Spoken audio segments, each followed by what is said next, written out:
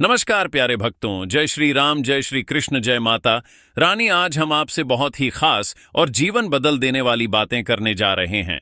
महाराज जी कहते हैं कि इंसान का जीवन यदि सही ढंग से जिया जाए तो यह सबसे बड़ा आशीर्वाद है, वरना यह जीवन व्यर्थ चला जाता है। और सुबह का समय इस जीवन की सबसे बड़ी पूंजी है।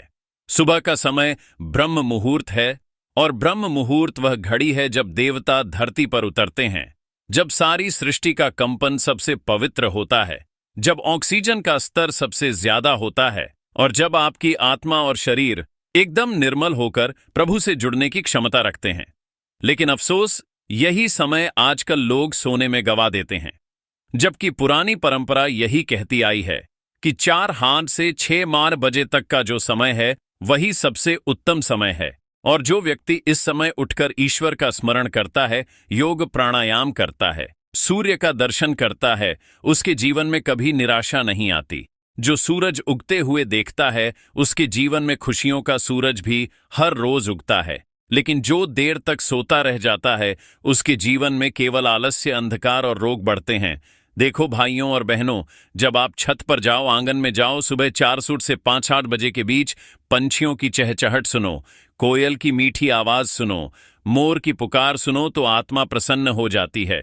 पक्षी हमें सिखाते हैं कि सुबह सुबह जगन्ना ही जीवन का पहला कर्तव्य है। सुबह की हवा लाखों की दवा है। यह वाक्य यूं ही नहीं बना, हमारे पूर्वज कहते गए हैं। सुबह की ताजी ऑक्सीजन जब हम गहरी सांसों के साथ भीतर खींचते हैं तो हमारे रक्त में ऑक्सीजन का स्तर बढ़ जाता है, हमारे मस्तिष्क को शुद्ध प्राणवायु मिलती है और हमारे शरीर की कोशिकाएं नई ऊर्जा से भर जाती हैं। प्राणायाम से क्या होता है? लकवा जैसी भयानक बीमारियां नहीं होती, स्ट्रोक, हार्ट अटैक जैसी समस्याएं दूर रहती हैं। इसलिए योग कोई ऐच्छिक चीज नहीं है, यह आवश्यक है, बहुत बहुत आवश्यक है। चाहे स्त्री हो, चाहे पुरुष, चाहे बच्चा हो, चाहे बूढ़ा, हर किसी को सुबह आधा घंटा योग प्राणायाम करना ही चाहिए। सूर्य नमस्कार करना चाहिए, सूर्य भगवान को प्रणाम करना चाहिए, गहरी गहरी सांसें लेनी चाहिए, रस्सी कूदना चाहिए, थोड़ी उछल कूद करनी चाहिए, जिससे शरीर का ऑक्सीजन लेवल बढ़ता रहे। कोरोना काल ने सबको दिखा दिया था कि जब वो ऑक्सीजन कम हो जाता है तो मौत सामने खड़ी हो जाती है। 40 का स्तर हुआ और जीवन खतरे में पड़ गया। 70 का स्तर हुआ तो सांस फूलने लगी। यही कारण है कि हमें रोज खुद ही सुबह सेहत के लिए समय निकालना है।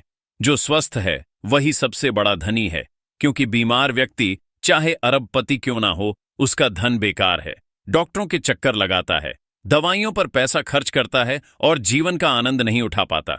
लेकिन जो टमाटर, गाजर, मूली, चुकंदर ये सब खाओ, और वह भी सूखा नमक लगाकर, नहीं सिर्फ वैसे ही खाओ, यही असली पोषण है। मोटापा घटेगा, शरीर हल्का रहेगा और आप ऊर्जावान रहेंगे।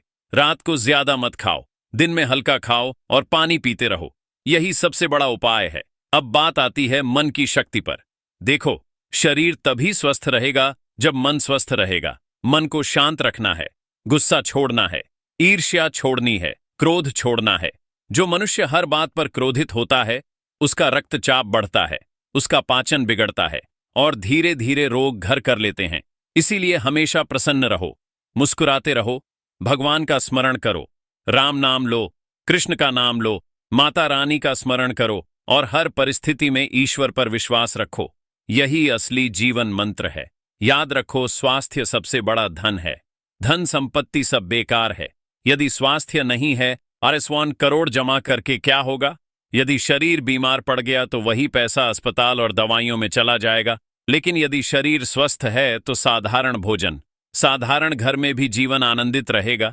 इसलिए सुबह उठना, ब्रह्म मुहूर्त में उठना, सूर्य को प्रणाम करना, योग्य प्राणायाम करना, हल्का भोजन करना और भरपूर पानी पीना, यह जीवन का नियम बना लो।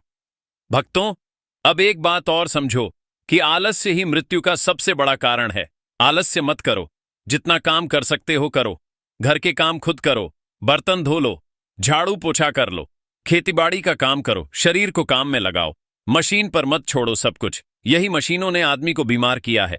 पुराने जमाने में लोग सुबह से खेतों में काम करते थे, हल चलाते थे, बैल के साथ चलते थे, पैदल चलते थे, इसलिए 100 साल तक स्वस्थ रहते थे। आजकल के लोग 30 साल की उम्र में ही बूढ़े दिखने लगते हैं। क्यों? क्योंकि जीवन में परिश्रम नहीं है, व्यायाम नहीं है, तो अब संकल्प करो प्यारे भक्तों कि हम सुबह जल्दी उठेंगे, सूर्य को प्रणाम करेंगे, योग करेंगे, प्राणायाम करेंगे, रस्सी कूदेंगे, सीढ़ियां चढ़ेंगे और अपने शरीर को परिश्रम के योग्य बनाएंगे, खाना कम खाएंगे, पानी ज्यादा पिएंगे, नमक सेंधा ही लेंगे और जीवन को सात्विक बनाएंगे। क्योंकि स्वास्थ्य ही सबसे बड़ा धन है। यही महाराज जी की वाणी है, यही सब संत महात्मा कहते आए हैं और यही हमारी सनातन परंपरा है। जय श्री राम, जय श्री कृष्ण।